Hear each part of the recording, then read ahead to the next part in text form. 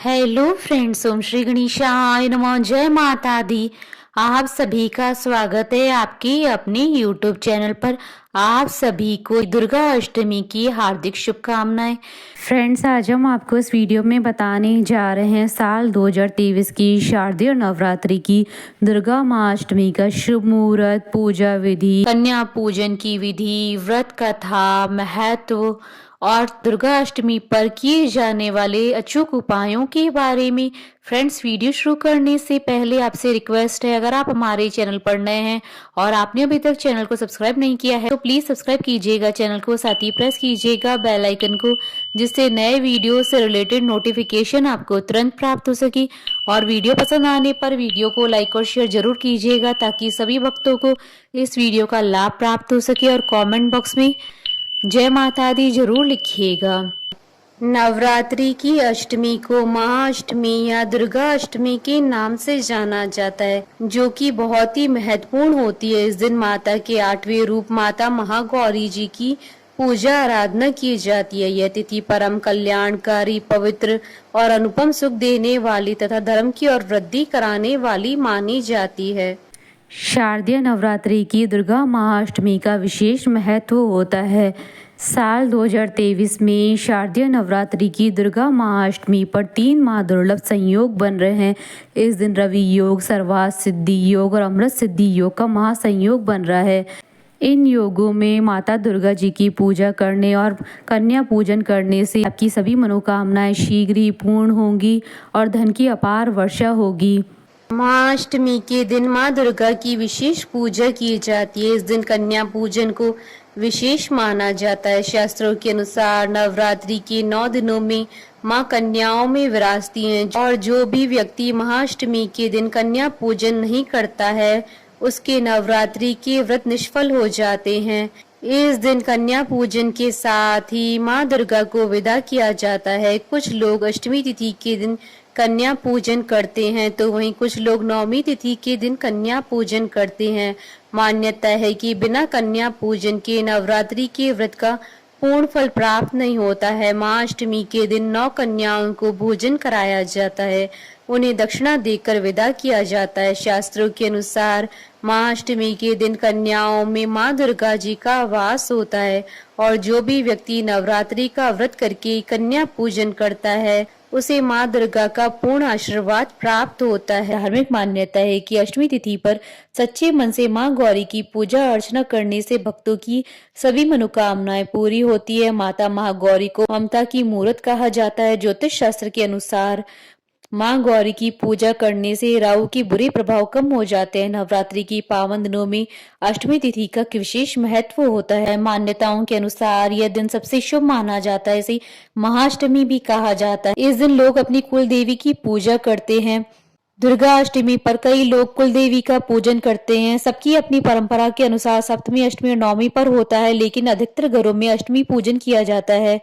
ज्योतिष शास्त्र के अनुसार कुल देवी वंश को आगे बढ़ाने वाली होती है। इस दिन वंश वृद्धि के लिए और घर के कुल की सलामती के लिए कुल देवी का पूजन किया जाता है। महाअष्टमी का पूजन हमारे धर्म में विशेष महत्व रखता है। इस दिन माँ की 64 योगिनी और माँ के 8 रूपों यानी माँ की अष्ट शक्तियों की पूजा की जाती है। माँ के विभिन्न रूपों में माँ की विभिन्न शक्तियों का स्वरूप झलकता है।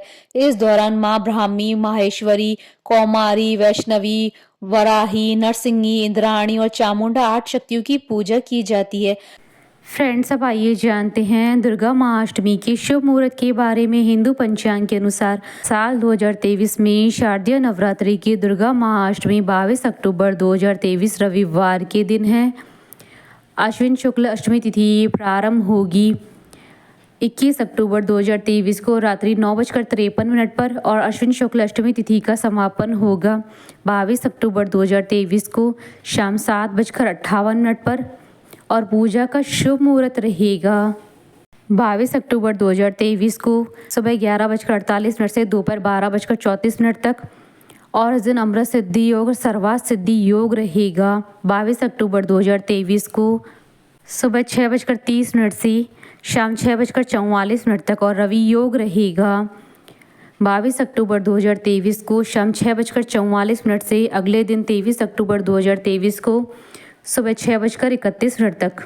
फ्रेंड्स, अब आइए जानते हैं महाअष्टमी की पूजन विधि और कन्या पूजन की विधि के बारे में। महाअष्टमी के दिन साधक को सुबह जल्दी उठना चाहिए, नहाकर स्वच्छ वस्त्र धारण करें। इसके बाद पूजा करने का संकल्प लें। इसके बाद जहां पर आप नवरात्रि की पूरे 9 दिन पूजा करते आए हैं, वहीं पर महाअष्टमी की पूजा भी करें। पूजा में माँ को रोली या कुमकुम का तिलक करें और उन्हें फूलों की माला पहनाएं, उन्हें फूल अर्पित करें। इसके बाद गोबर के उपले से अगारी करें और उसमें लौंग, कपूर और बताशे चढ़ाएं और माँ दुर्गा की कपूर से आरती उतारें। माँ दुर्गा जी की आरती करने के बाद 9 वर्ष से छोटी 9 कन्याओं का पूजन करें। कन्या पूजन में सर्वप्रथम कन्याओं के पैर धुलाकर उन्हें आसन पर एक पंक्ति में बिठाएं। मंत्र द्वारा कन्याओं का पंचोपचार पूजन करें। विधिवत कुमकुम से तिलक करने के उपरांत उनकी कलाइयों पर कलावा बांधें। इसके पश्चात उन्हें हलवा, पूरी तथा रुचि के अनुसार भोजन करवाएं। पूजा करने के पश्चात जब कन्याएं भोजन ग्रहण कर ले तो उनसे आशीर्वाद प्राप्त करें तथा यथा सामर्थ्य कोई भी भेंट तथा दक्षिणा देकर विदा करें। कन्या पूजन के समय कन्याओं के साथ एक लांगुर को बिठाएं। इस प्रकार श्रद्धा पूर्वक अष्टमी पूजन करने से भक्तों की समस्त मनोकामनाएं पूर्ण होती हैं। अष्टमी के दिन हवन के समय कन्याओं को कथा सुनाना आवश्यक होता है। फ्रेंड्स, अब आइए जानते हैं महाअष्टमी के दिन किए जाने वाले उपायों के बारे में। इस दिन पीले कपड़े पहनकर पूजा करें। माँ के सामने शुद्ध घी का दीपक जलाने के उपरांत ही कोई भी पाठ, अनुष्ठान या उपाय करें। माँ को प्रसन्न करने के लिए सफेद अथवा पीले रंग के फूल चढ़ाएं। माँ को नारियल का भोग लगाएं। मध्य रात्रि में इनका पूजन करने से शुभ और शीघ्र परिणाम मिलते हैं। मनचाही इच्छा पूर्ति के लिए आज के दिन पानी वाले नारियल को सिर से 3, 5, 7 अथवा 11 बार घुमाकर बहते हुए जल में प्रवाहित करने से मनचाही इच्छाएं पूरी होंगी। अष्टमी के दिन जो व्यक्ति महागौरी जी का पूजन करता है उसे मधुमेह, नेत्र रोग से राहत मिलती है और परम सुख का अधिकारी बनता है। इस दिन 2 वर्ष से लेकर 9 वर्ष तक की कन्या का पूजन करें। ऐसा करने से महागौरी की कृपा साधक पर हमेशा बनी रहती है। अष्टमी के दिन किसी भी माता जी के मंदिर में जाकर लाल चुनरी में मखाने, बताशे और सिक्के रखकर माँ की गोद भरें। दुर्गा अष्टमी की रात में अपने घर के मुख्य दरवाजे पर रात्रि 12 बजे गाय की घी का एक दीपक जलाने से सारे दुर्भाग्य दूर हो जाते हैं। संभव हो तो दुर्गा अष्टमी की रात में किसी प्राचीन दुर्गा मंदिर में जाकर देवी माँ के चरणों में 8 कमल के पुष्प चढ़ाने से माता रानी शीघ्र ही प्रसन्न हो जाती है। दुर्गा अष्टमी की रात को अपने घर में या दुर्गा मंदिर में दुर्गा चालीसा का पाठ करने से घर परिवार में सदैव शांति का माहौल बना रहता है। फ्रेंड्स, अब आइए प्रारंभ करें माँ दुर्गा जी की कथा।